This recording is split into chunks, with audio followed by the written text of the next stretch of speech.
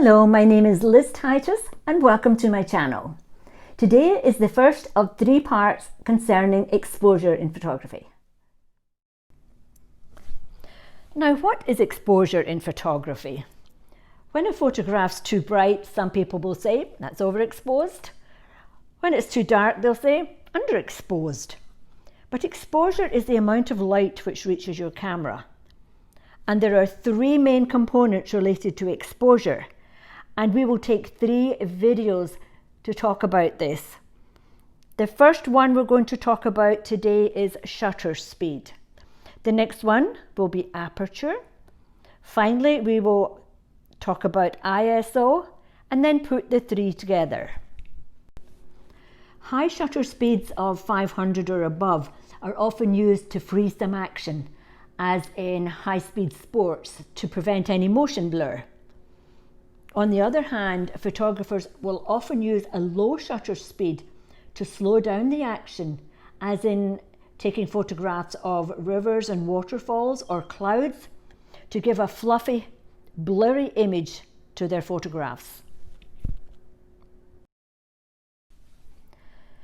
This is what we call the exposure triangle, and this diagram can be a useful way to try and understand what we mean by exposure.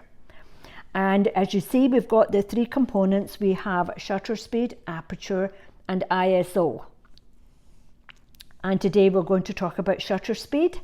And by the end of the 3rd video, this diagram should make a lot more sense to you than it does now.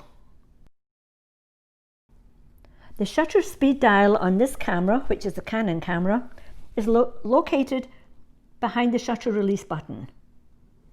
Behind this, you will see there is a circular mode button, and there are several different types of mode you can operate in.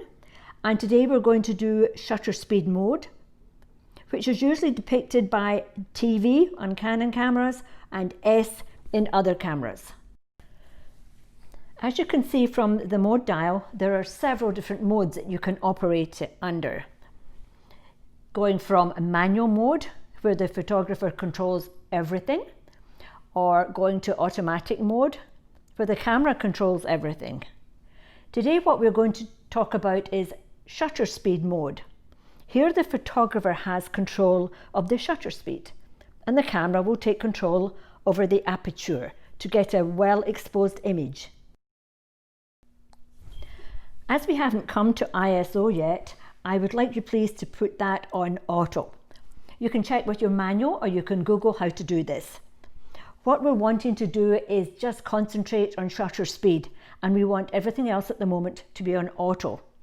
So if you're not quite sure how to do this, just check. Here with this Canon camera, I press down my ISO button and it will direct me to how to fix it to auto. Just as we did in the last video, I want you to take a look at your lens and find where the switch is for AF and MF. MF is manual focus and AF is autofocus, and I want us to be on autofocus at the moment. This is an example of a photograph taken with a low shutter speed, hence the fluffy, blurry look of the waterfall. The rest of all the images to follow are all taken with a high shutter speed, trying to freeze the action and capture some action with little or no blurring.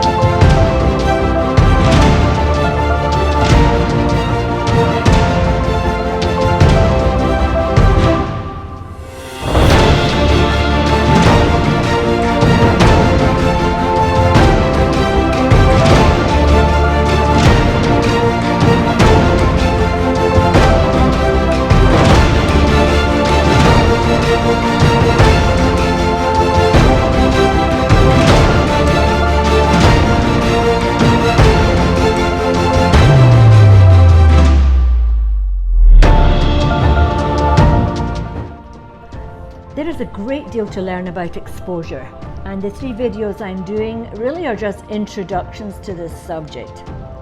The best thing you can do is get your camera and practice. Study your results and find out, how could have I improved this? Or ask yourself, wow, that's pretty good, how did I do that? So make sure your lens is on autofocus.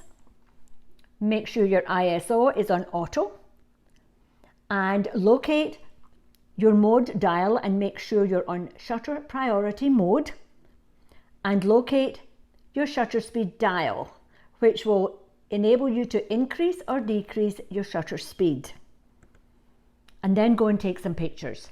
Take some photographs of fast moving birds or players or whatever, and take some pictures with long exposures. But just keep on practicing.